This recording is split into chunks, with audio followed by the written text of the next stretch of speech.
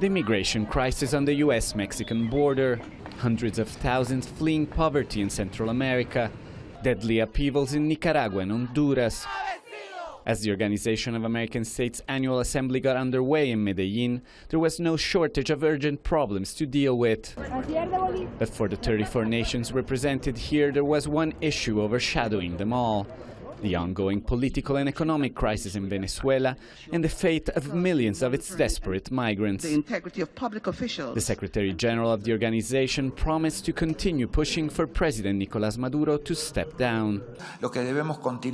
We must continue to work on applying increasing pressure, and this meeting is part of that increasing pressure. Bolivia ha tomado conocimiento. But a number of countries protested the decision by the OAS to receive representatives of Venezuela's political opposition after the government of Nicolás Maduro withdrew from the group earlier this year. Uruguay took it a step forward, abandoning the General Assembly altogether. In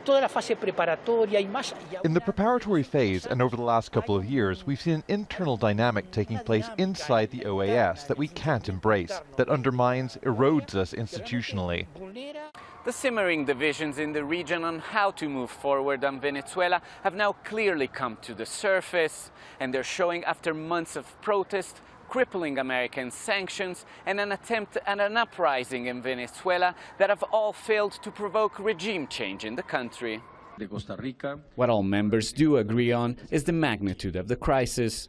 A report presented here says the Venezuelan exodus could reach 8 million people by next year, making it the largest in the world, even surpassing the 6.7 million people who have fled serious conflict.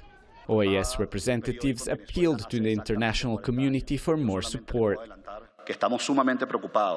We're extremely worried because so far we've only been able to raise just 21% of the fund required by the United Nations response plan, which was presented at the beginning of the year.